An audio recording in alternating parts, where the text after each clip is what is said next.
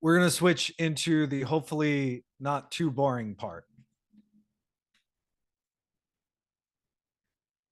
which is me blathering on about what I think is cool about the history of the web. Um, this I do at the beginning because one of the things that I think we all get kind of caught up in is the implementation, is the like, how do I do the thing?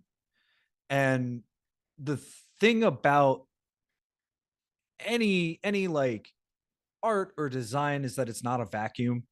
You're not designing something out of nowhere. These things and these systems and these programs that we use are designed for a purpose and designed to do a thing. And it's kind of hard to imagine, but the web itself was designed by like honestly very few people. So it's interesting to like look at it from that perspective. Share screen, not the whole screen.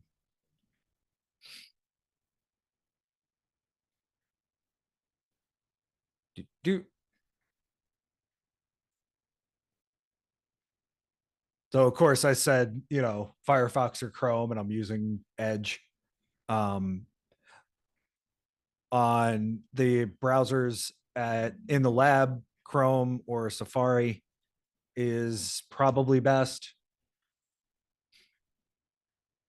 But yeah, let's start with maybe a weird question, which is why did I forget to update the date on this slide? Which is what is the web? So we're going to start like very early on, and I want to say that this is one uh one history. There are other histories of the web. This is sort of the standard history. There is a really cool podcast called I'm already getting off topic, which is great. Good introduction to how these go. Which is Our Friend the Computer. It's not the most academic, but they specifically talk about like the non-standard histories, and they talk in depth about alternatives to the web that existed as early as like the 1970s. They talk about stuff that happened in Russia, in Eastern Europe, the thing that stopped France from adopting the web until like literally 10 years behind the rest of the EU. They talk about connectivity in, I believe, 1970s Brazil. So I think it's really important to just note that like, let's go to the bottom. Yeah, like they start with talking about like a early 70s socialist cybernetics project connecting factories in Chile. Um, there are other narratives that are out there, and like I think it's important to recognize that. I am trying to learn more and more about it. It's just everything is fractal. You learn one thing and then it leads to six more, and then each one of those little points leads to six more things. So we're going to focus on the standard history of the internet. Um, and the reason why we look at history is for a number of questions that we can individually explore. So, like, what do they even want to do? What were the problems that they had? What were the solutions that they chose? And like, one of the things that I like to talk about with design isn't like, is this good design? A better question in my eyes is this design successful? Does it do the thing it sets out to do, not only for the audience, but also like internally, like when you design something, say you design a logo, you have, do I feel good about this logo? And then you have, what do people feel about this logo? Am I taking my internal success and communicating it well to other people? And like, if they're unsuccessful in ways, what's the thing that got them stuck? Why were they not successful? What like was the problem that they couldn't solve? Moving into today, how does that help us design today? What experiences can we create that use the philosophical underpinning? And one of the people we talk about is like extremely philosophical in a, in my eyes, kind of comical way. Um, but what experiences can we take and like, okay, what are the philosophies they had? How do we build on that? What are the philosophies that have come since then that we can layer on top? And then finally, like, how does all of this apply to technologies that somebody in 1945 could not have even begun to understand? So we're going to start in 1945. Um, do any of y'all know who this man is or what he did at all?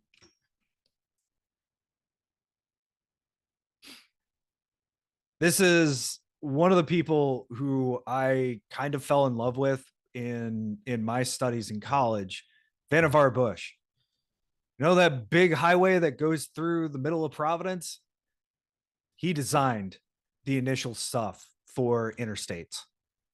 He's also why we have a National Science Foundation, and therefore direct line to why NASA exists. Um, he is a brilliant, very weird man.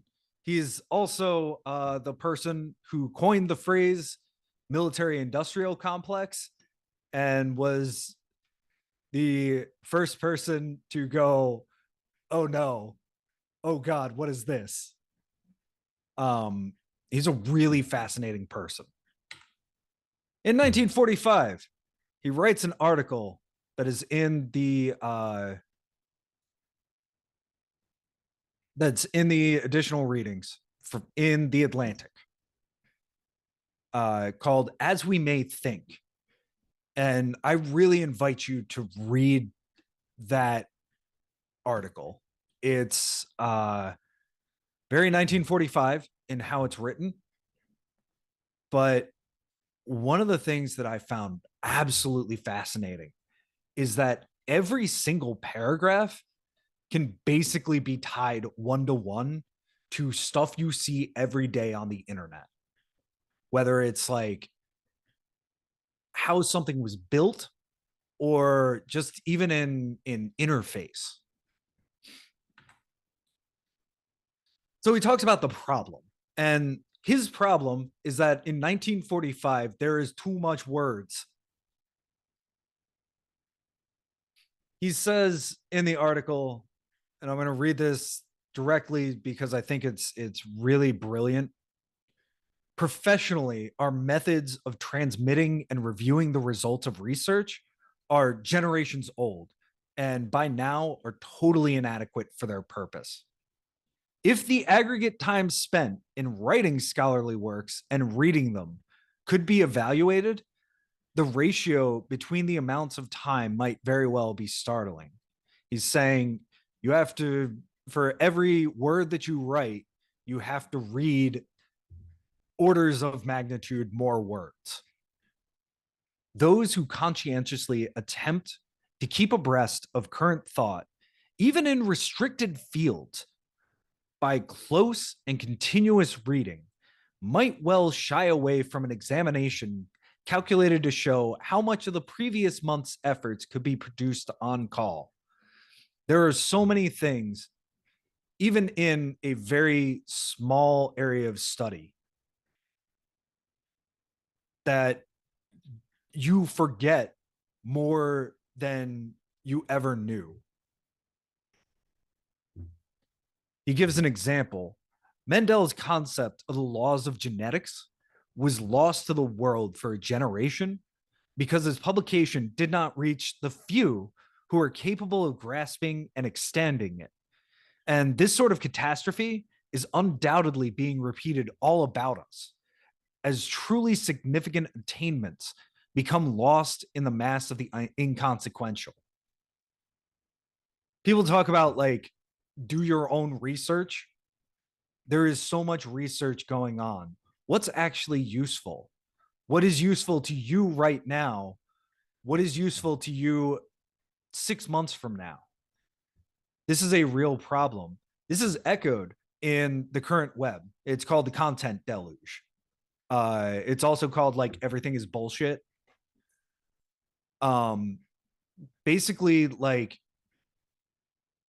take YouTube, just YouTube, not even like the sum total of video content out in the world. There is more content uploaded to YouTube every second than somebody can watch in a day. This is a real problem. What is actually useful of that is a question. Of what's useful, how do you organize it? How do you recall it? How do you bring it together? The core issue that he identifies with current information retrieval methods is what he calls selection.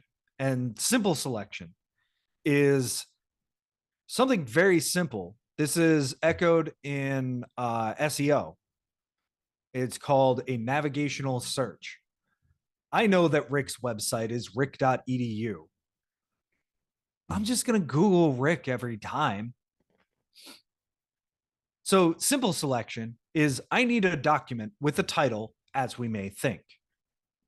So in today's world, we type in as we may think.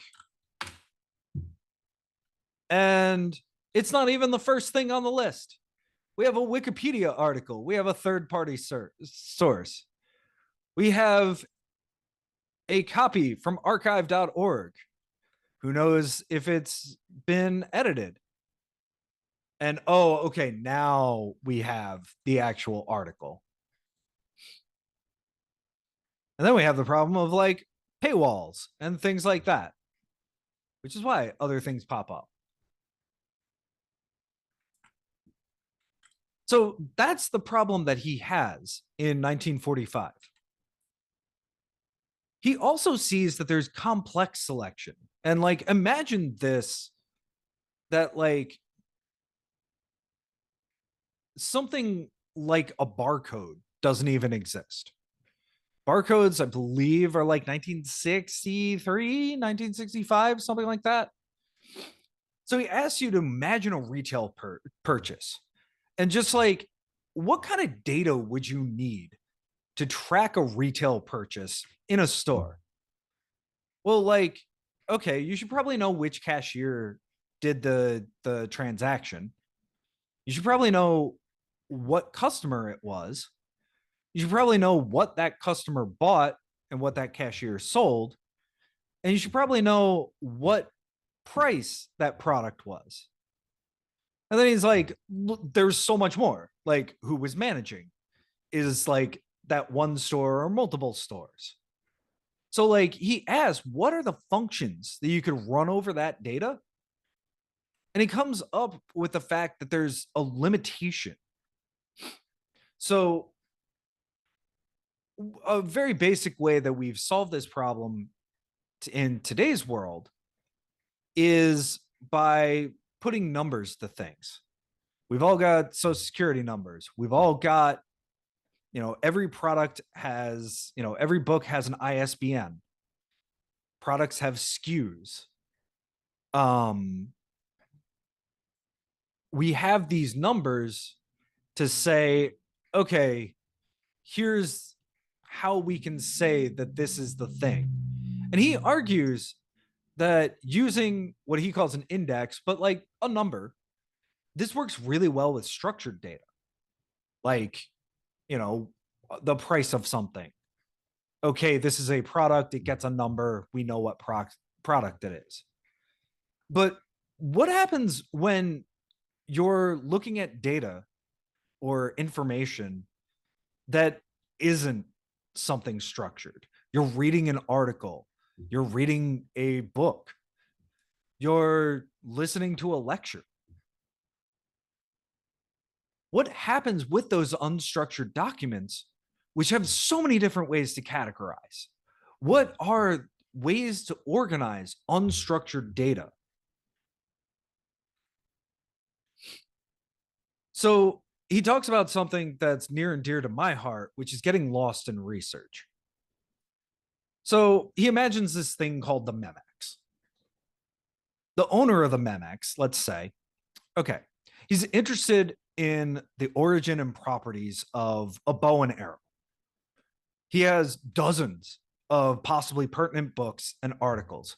He's researching the bow and arrow. So he looks at an encyclopedia. Okay, encyclopedia, what is a bow and arrow?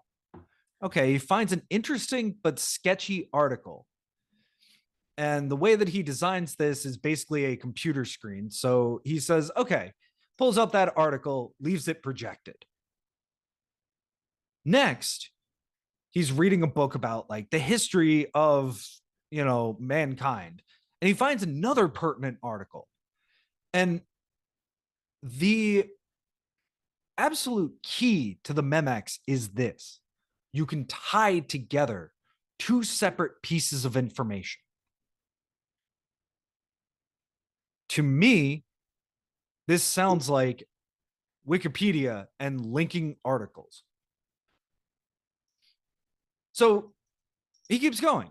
He builds this trail of many articles. Occasionally, he adds a comment of his own. I want to keep that in mind. He is editorializing for himself. One of the best things that I learned about research is buy your own books so that you can write in the margins and argue and notate and say, hey, this reminds me of, and put, big stinky faces when people make bad arguments. Occasionally he inserts a comment of his own, either linking it to the main trail or joining it by a side trail to a particular item. So we have multidimensionality here. It's not just saying, okay, well, this article and this article and this article, this was my research line. It's saying, okay, and here's a tangent, and this tangent might be useful. So then he branches off on that side trail, which takes him through textbooks on elasticity and tables of physical constants. So we've started with what is a bow and arrow. We've connected it to something talking about the history of use of bows and arrows. What's not connected to that line, but an offshoot of what is a bow and arrow is, okay, well, bow is made of yew wood as opposed to oak. And okay, what are the various benefits and drawbacks there? So he again editorializes and inserts a page of longhand analysis on its own. So thus he builds a trail of his interest through the maze of materials available to him. This fundamentally is his dream, that you can organize your thoughts by pulling up different articles, different items, and connecting them. So what's the legacy of this? We have the idea of nonlinear organization of documents. It's not just 1, 2, 3, 4. It's 1, 2, 2A, 6B. 6B connects in with 2 and 1, but not 2A. We avoid using strictly numbers for organization. There's some other way that we can organize our thoughts. Number three, I think, is the most fascinating one because I see it so rarely implemented. The ability to mark up existing documents. So like imagine like a Chrome extension that lets you put sticky notes on a page to be like, oh yeah, this is why this is in like my history. And then finally, it's not only organizing, but it's connecting them directly so that you can pull things up quickly and arbitrarily. Does this sound like anything to y'all?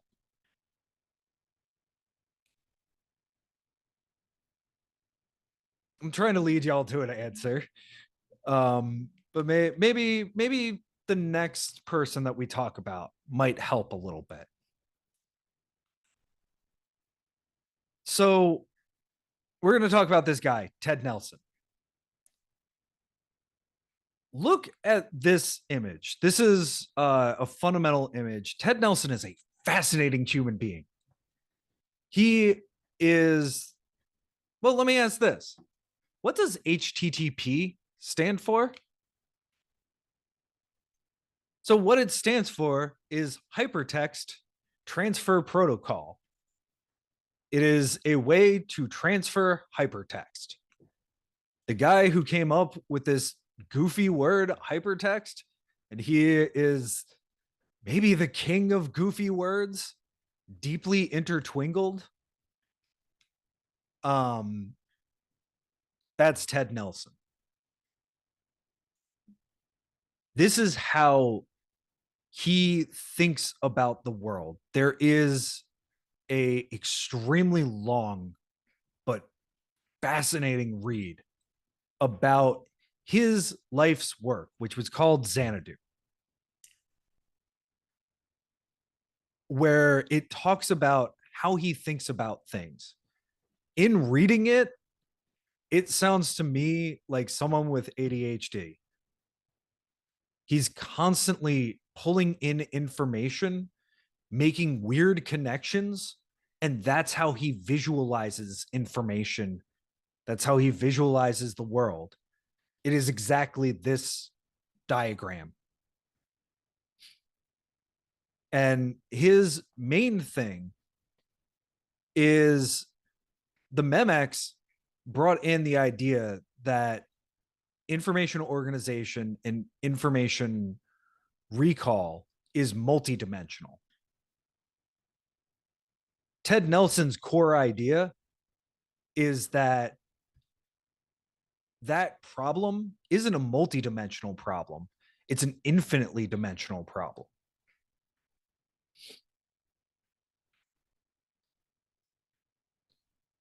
So let's talk about Xanadu.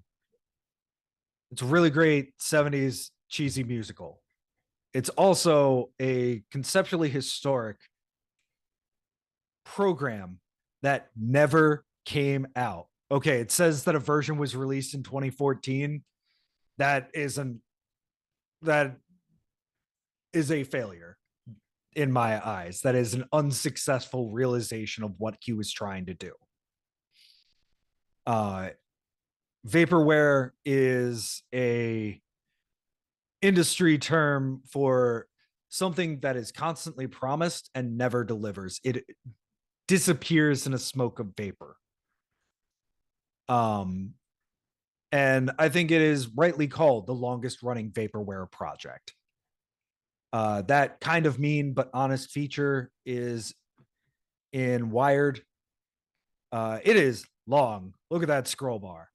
It's brilliant and fascinating. And you might have a different read on this guy than I do. I just kind of want to pat him on the head and be like, yeah, just keep talking. Um,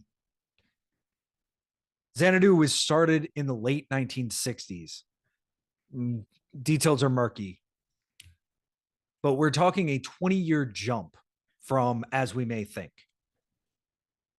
What's important about it is that it reflects Ted Nelson's obsession. And I don't want to like put anything on this, but I think it's a clear obsession with organizing data specifically in the way that he processes information. I think that's a fascinating design idea. I don't care about the rest of the world. I just want something to make sense to me. So he argues that Memex was limited. The Memex concept, even though it talked about like how a numerical index can't work, it still was trapped by that idea. It relied on some kind of index point to say that, you know, these two things are separate items. His main thing is, okay, how do we make this even messier? How do we turn this into from a multi-dimensional problem where, you know, we have 3 dimensions? Well, you can add 4 or 5 dimensions and still like be able to draw it on a board. Um his argument is that it is just take the marker and just draw the biggest dot and scribble, and you're still not getting to the core problem. In 1965, so exactly 20 years after the Memex, he presents at the Association for Computing Machinery a bonkers name paper, a file system for the complex, the changing, and the indeterminate.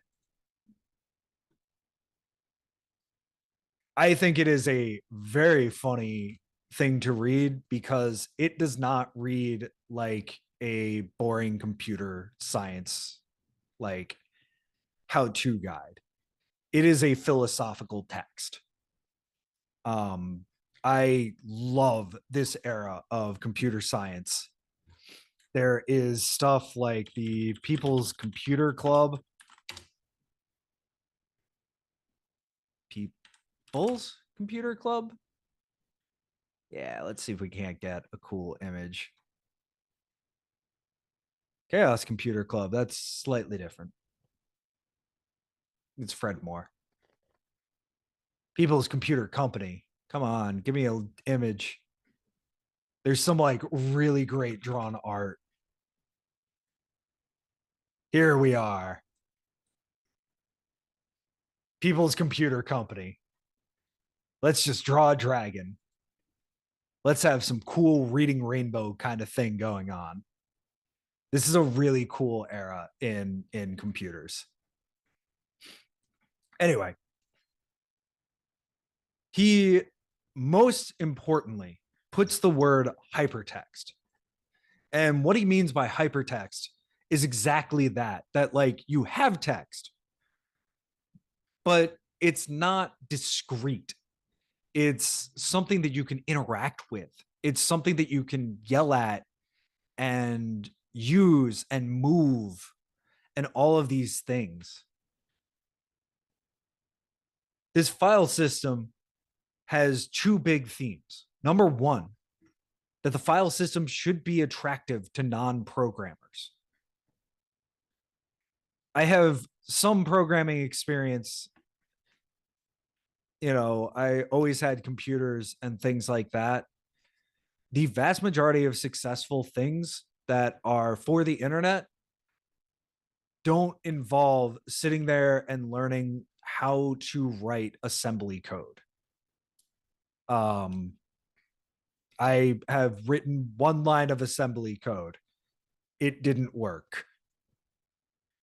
The other big theme, and I think this is a fascinating idea, especially in the light of the fact that like you have the Memex introducing the idea that you can link 2 things together.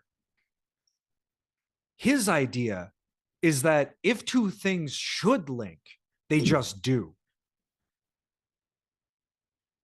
Really, really interesting philosophically. He's trying to make something that works for people who are not computer people, who are not technicians. So there's a lot of project specifications. Um, he talks about those like bush trails, the like Wikipedia holes that you can mark up. He talks about like avoiding uh the specific like index that Bush's Memex has with a self updating index. So like imagine if you had, we're talking 1965. You basically have to tell a computer everything. You have to tell a computer that it exists. That like, hey, this is what a file is. He also talks about like the ability for original authors to change their text so that everybody's research is up to date. One final idea is that there's no hierarchy. It's no longer 1, 2, 3, 2A, 6B. It's just, in his words, everything is intertwingled.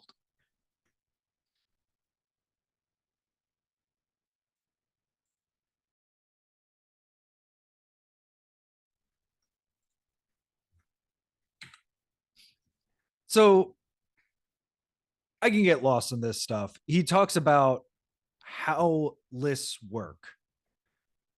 But I'm going to answer my question from before about what this kind of sounds like. Imagine this as individual pages on a website. Maybe A and B are two different websites that are somewhat related. And he says, okay, here's one way to look at it. You have 5 pages on, and he doesn't use the word website, but you have 5 pages on a website. Each of those pages can link to different set of 5 different pages on a different website. But we've all seen websites. They usually have more than one link. So he's like, okay, we can connect more than one thing. And like, okay, something can connect to 2 things at once, or something can be connected to from 2 different places. So he calls this multiple zippered lists. His nomenclature for everything is sometimes baffling. The idea here is to show you that we are moving from a linear kind of understanding of how research is done to a multidimensional understanding of how research is done to an infinitely dimensional way of how research is done. So he abstracts this even more. And he even, I believe, uses the word web. And he's like, okay, well, like if this is a whole set of zippered lists, this is connecting to something else. And like there's a relationship here. These are categories. This is a demography table. There's a nest of theoretical arguments.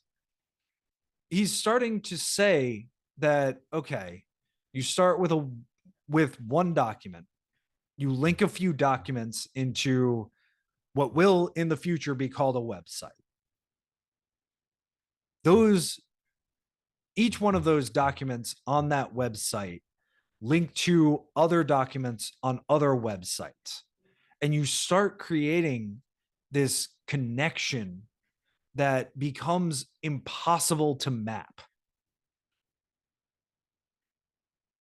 The big takeaway is a philosophy towards hypertext. As philosophy, I want to speak of 2 major things. First, that complex file structures make possible the creation of complex and significant new media.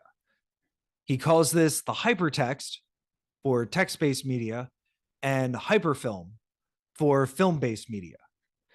If you want a modern version of hyperfilm, there was a game that came out 2 years ago called Immortality. That's by Sam Barlow. One of my obsessions is interactive fiction in general. If you are a like Criterion Collection film person, play Immortality. It is a love letter to the Criterion Collection. I did not get that part. I was really, really happy that I had a friend who like loves film and is like, this is exactly like this Diallo movie in like 1984. So these ideas are consistently coming back and like influencing stuff now. Um, I said I enjoy interactive fiction in general. Um, like if you've ever played a Twine game, if you've ever played a visual novel, if you've ever played like even choose your own adventure books are a type of hypertext. Fun fact, choose your own adventure books came after computer games. It was a way to be like, yeah, computers are like thousands of dollars. Here's a way to play a computer game, but not needing a computer. It's only like $30. So what is hypertext? I've used this word. I've said that it's the HT in HTTP. The asterisks are in the original text and I left them in because I want you to understand that this dude's a little weird.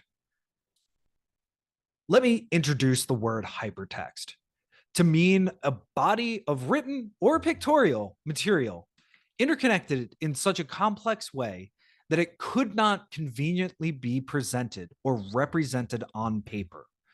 Imagine taking the internet and trying to draw a map of it. Like you can do cute stuff, but I mean a real accurate map that you could use to navigate.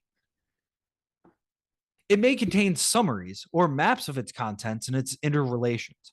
It may contain annotations, additions, footnotes from scholars who have examined it. You ever read a Wikipedia talk page? If you're a specific kind of person, it is really fascinating. Let me suggest that such an object and system, properly designed and administered, could have great potential for education, increasing the student's range of choices, his sense of freedom, his motivation, and his intellectual grasp. He is saying that hypertext is for students, is for people studying things, is for developing relationships that other people can follow in their research. Again, anchored in this idea of the Memex as a research tool. Such a system could grow indefinitely, gradually including more and more of the world's written knowledge. It is 2023. Each one of us has the sum total of human knowledge at our fingertips.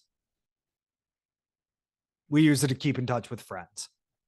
Maybe that's more important. So this is what Ted Nelson brings to the table. He brings to the table breaking free from physical media and saying, this is something different. We need to build something very different than whatever existed before. I talked about failures.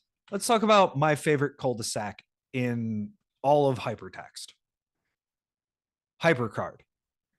This was something that was built into every Macintosh computer. Bill Atkinson is a cool dude. Think, if you can, combining a, how do I word this? Think like a PowerPoint presentation. It's got cards, basically, slides. And then layer on top of that the ability to, like, in 1987, play arbitrary sounds, connect in a non-linear fashion. So instead of, slide 1, slide 2, slide 3, it's, hey, click on this thing and it'll take you from slide 4 to slide 76. It brings this concept and practice of hypertext to the kind of average person. Why do I say kind of? It was Mac only. Y'all are designers. I assume you at least understand the difference in philosophy, even in 2023, between Mac design and Windows design. Let's not talk about the lack of design in like other systems if you're a bigger kind of computer person. But we're talking about the Mac in 1987, which the base model, which your phone would blow out of the water from a specs perspective, was $2,500. So like well over $6,000. To be fair, this was roughly in line with PC costs. But we're still not talking like everybody, the real dream that Ted Nelson had. But you didn't need to be specifically like a programmer to use it. I mean, I was like 8 years old playing with this. And I struggled to explain it. So there's a Museums Victoria article on this, which really did explain well what HyperCard was. And again, understand that this is 1987. Like, we're at Excel 1.0. I don't think Word existed yet. On the PC, you're talking about like green on black text or orange on black text. By contrast, HyperCard is difficult to explain. It's not a paint program, but you can paint with it. It's not a drawing program, but you can draw on it. It's not a word processor, but you can type in it. It's not an animation program, but you can construct animations in it. It's not a database, but you can make a database in it. If you look on the Internet Archive, there's a ton of these. They're called stacks. There's just like trivia databases. Organize your trading card collection. Sit there, type in every single one of your cards. Why not? It's not a calculator, but you can get it to make calculations and be a calculator.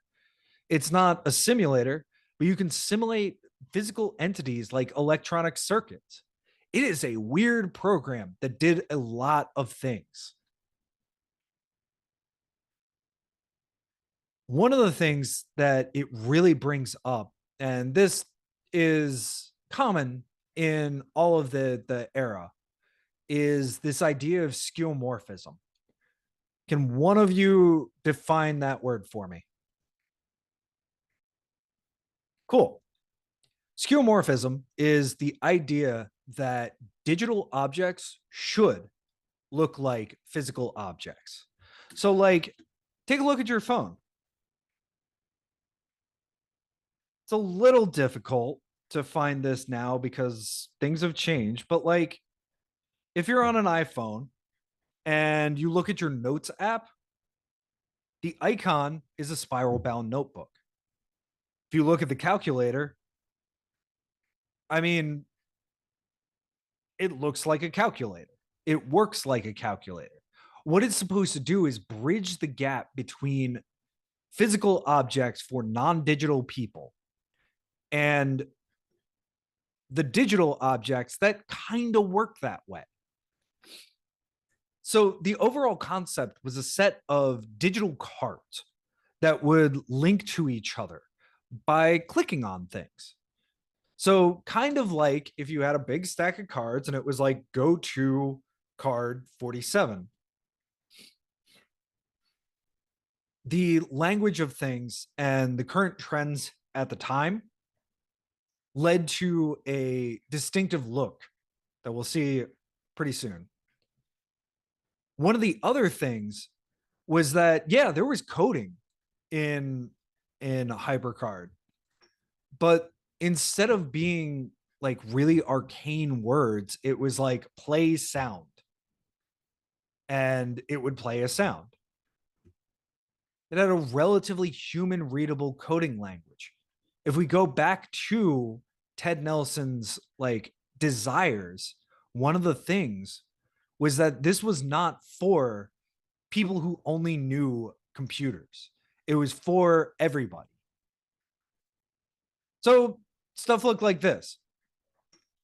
Let's talk about the skeuomorphism here.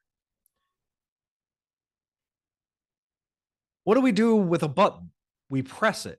Well, okay, we have to make sure that it looks raised, that our cursor changes to a pointer so that you can be like, okay, I have my pointer, I am pressing on the button. Again, we have like this spiral bound notebook idea, but we have other ideas.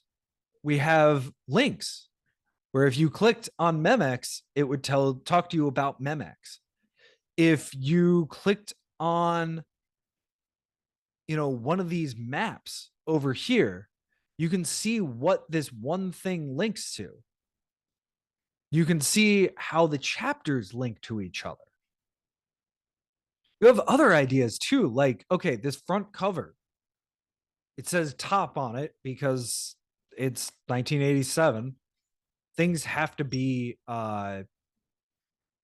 like extremely explicit. Most people are using a computer for the first time.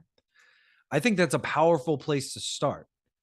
I learned this recently about Nintendo design in the 90s. Because people are always complaining about like one of the Legend of Zelda games. There's a really annoying character that's always with you. You know, you're like 20 hours into this game and they're saying, hey, you can press this button to do the thing you have done 100 times. To the average player, that's really annoying. But Nintendo's stated design documents were that every time the system's booted up, their assumption was that it was somebody's new time playing. Like, you have a buddy over. Do you want somebody to explain badly the rules of a game, or do you want the game to explain it to that person? I think that's a really, really powerful like place to come from in design. Maybe not always the best one, but it's one to consider. And like, even these arrows, arrow goes forward. That means, okay, this will take me to the next page. We have sort of this like arrow going backwards.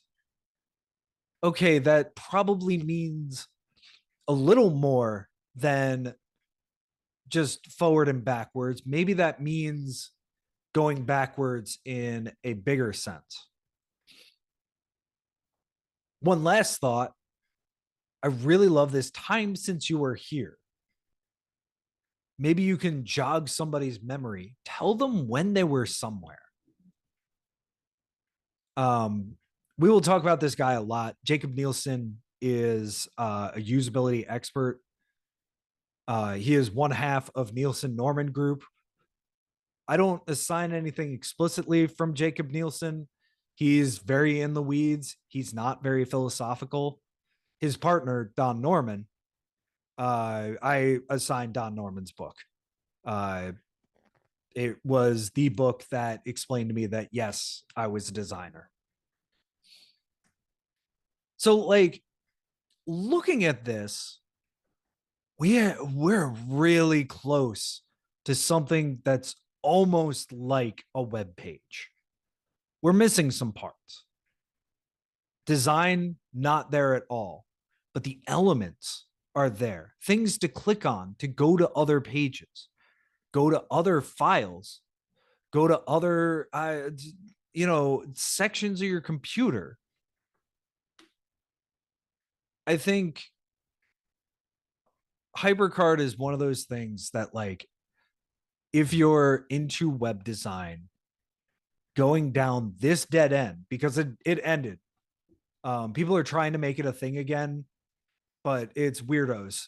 Um, and I say that as one of those people being like, maybe I should make a HyperCard game. Um,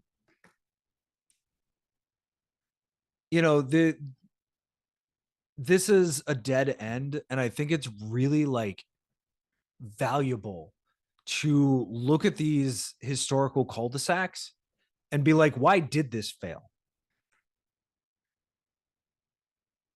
And like, I talk about failure, but as late as August 2002, which is like, I don't think I don't think they released a version in like 3 or 4 years. There were probably 10,000 active HyperCard developers.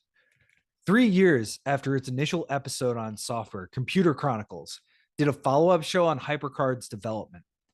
They found HyperCard software designed to run a television studio.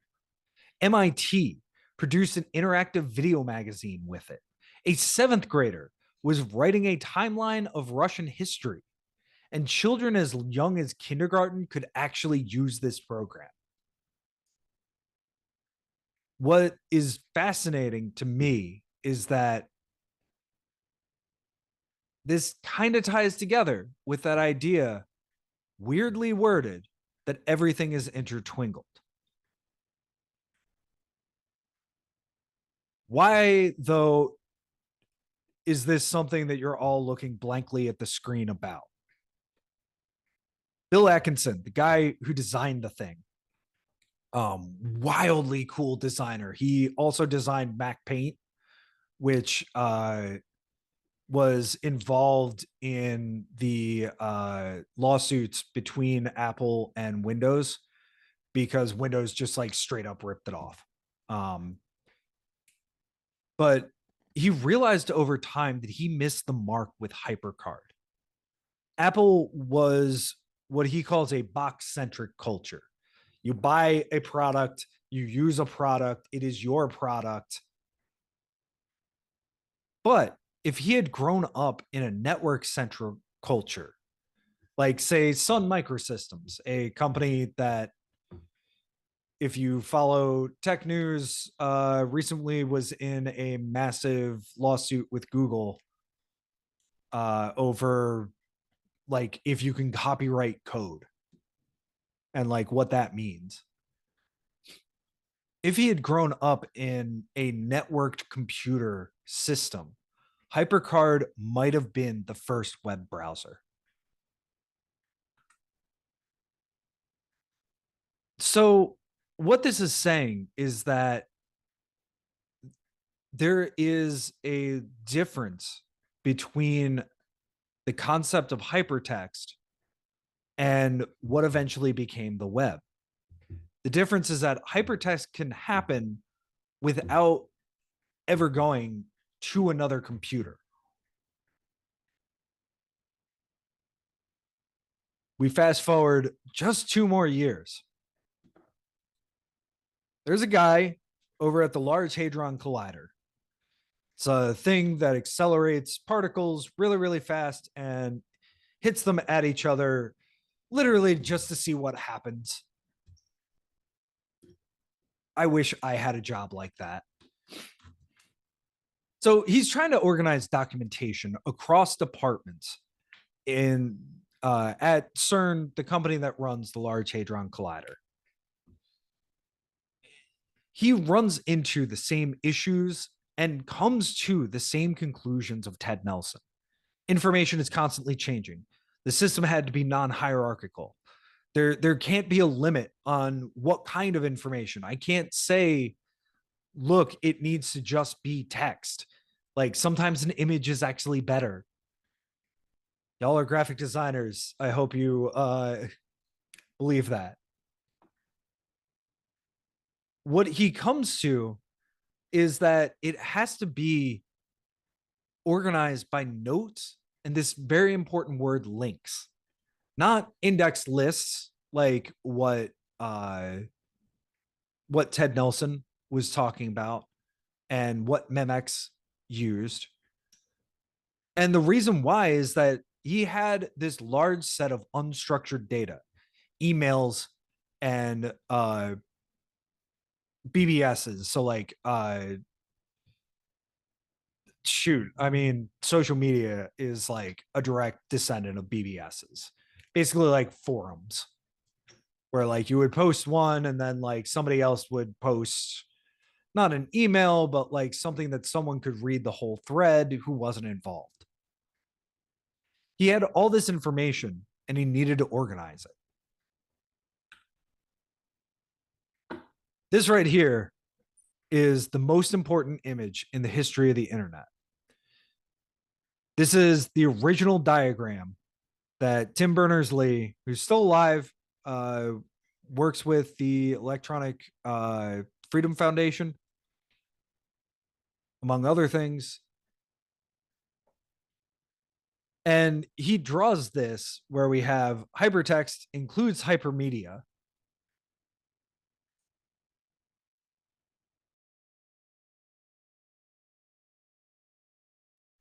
Hypertext includes hypermedia. Hypertext includes linked information. Linked information goes to different places. We have a hierarchical system, but also that links into non-hierarchical systems. This, to me, looks a lot like the same image from when Ted Nelson was like, okay, so we have all these like zippered lists that all connect to each other. And then all of those connected lists also all connect to each other, especially in that there's bidirectional and multi-directional hierarchy going on.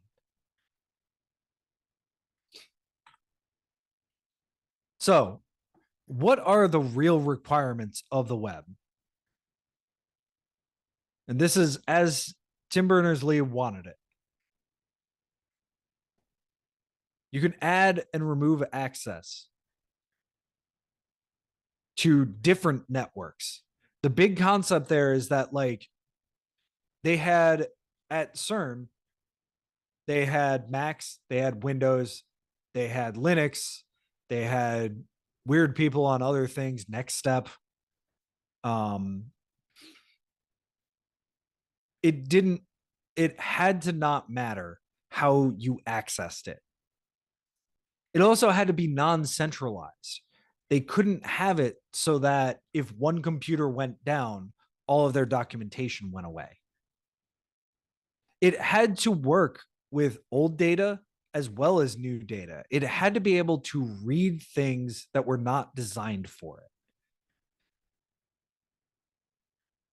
One of the things that I don't think happened is this idea of private links.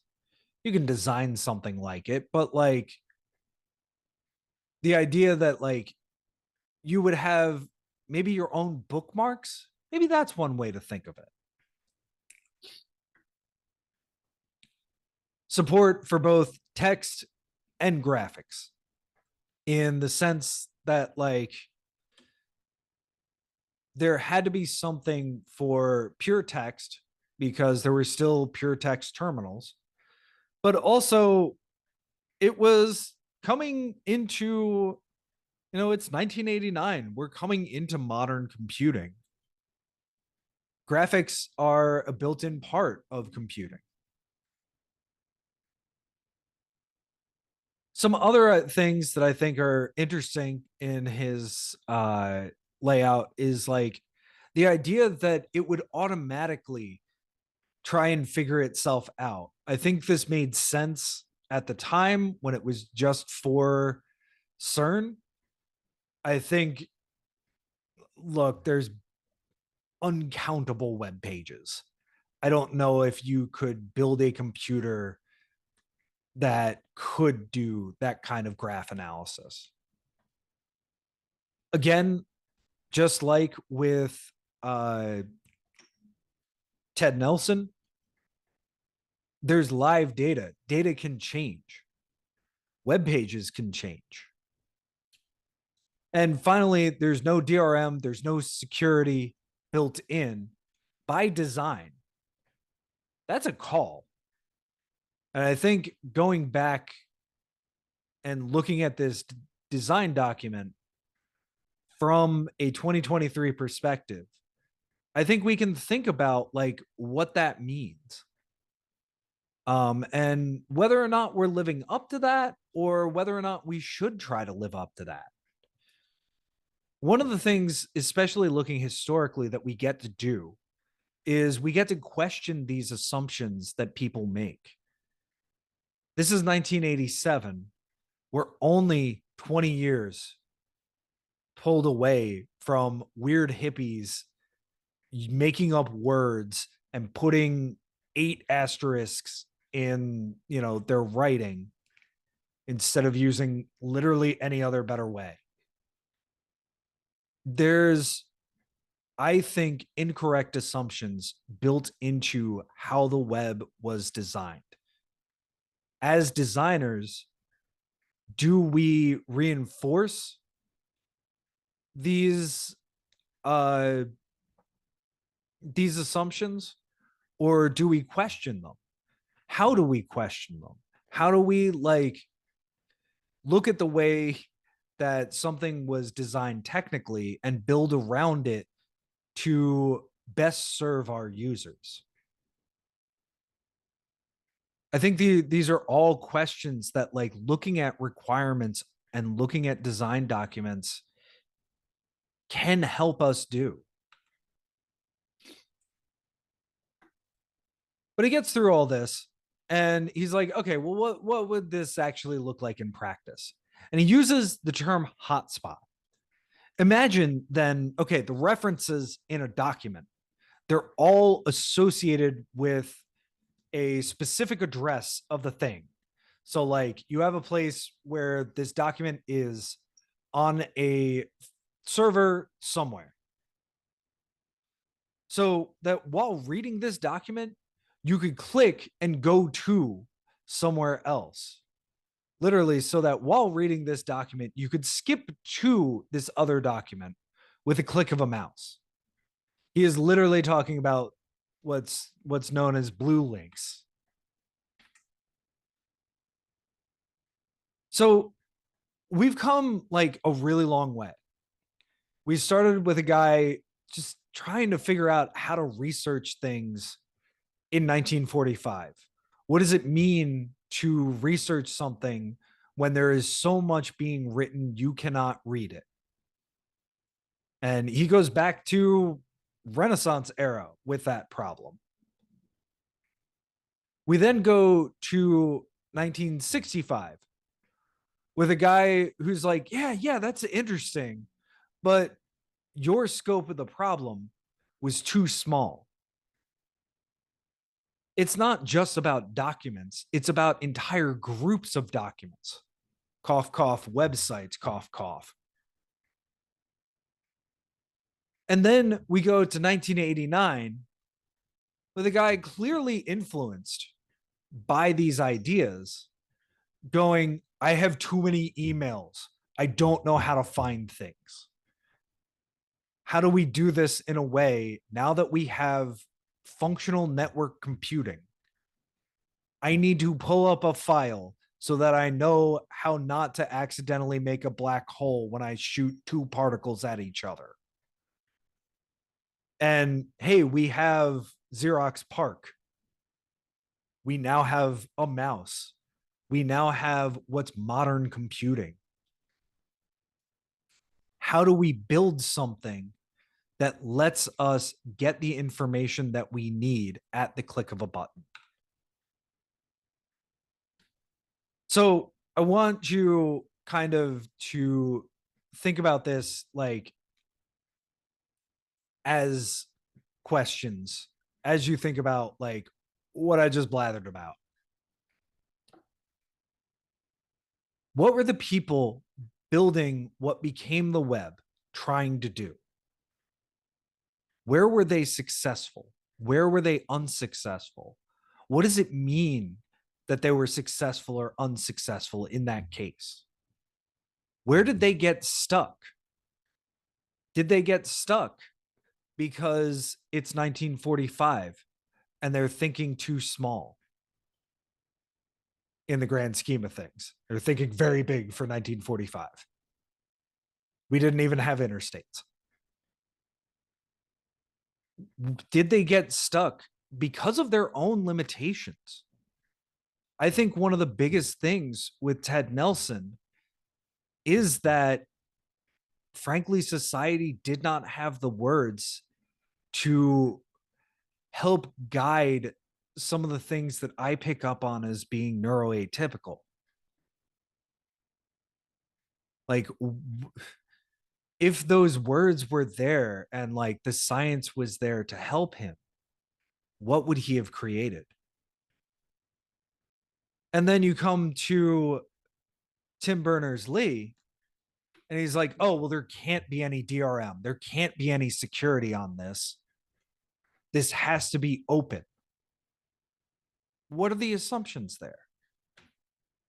And then, okay, that's all really, really cool and like great navel gazing. But like, what do those lessons teach us about our experience with the web? Y'all use the web every single day. I use the web more in one day than I used to use the web as a kid in a month. There was a fascinating I talked about Computer Chronicles. Um I watch a lot of like weird vintage computer stuff just to like see what it was like. Um there was a video that I watched that was a internal Apple focus group that was filmed. And the guy talks about how their power users, they're most like the people who use the Macintosh the most in like whatever year this was, 1989 or something, used the Macintosh 2 hours a day and used 4 programs. And he compared that to the average PC user who used the PC for 30 minutes a day and used 3 programs. Okay, I say that we have so much more context and experience to be able to recontextualize history and say, all right, how do we build for this? Do we want to build the way that they built? What kinds of things can we say? Look, we don't need the Notes app to look like a notepad. You know, people know that like you can type. And like in that way, what experiences, and I use this word because like eventually the web is going to go away. Something will replace it. But you can still design for things. We saw this with HyperCard. The core elements of websites are built into HyperCard. They were doing video in programs well before the internet could figure out how to do video.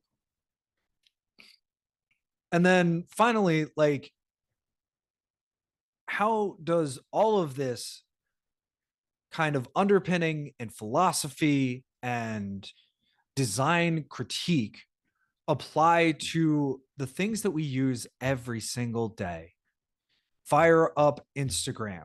What is it but organizing information, organizing a bunch of pictures from disparate sources and putting it in a way that you can find something interesting, something meaningful to you at the press, well, would say at the click of a mouse. It's now at the press of a thumb.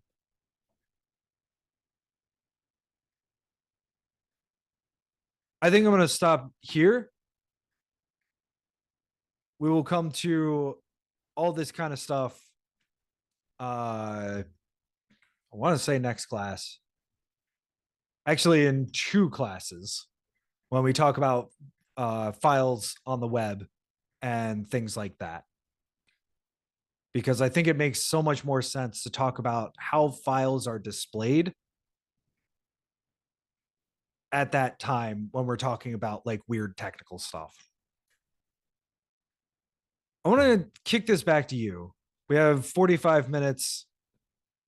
I don't want to take all that time. What y'all thinking about after hearing me talk about stuff from 40 years before I was born?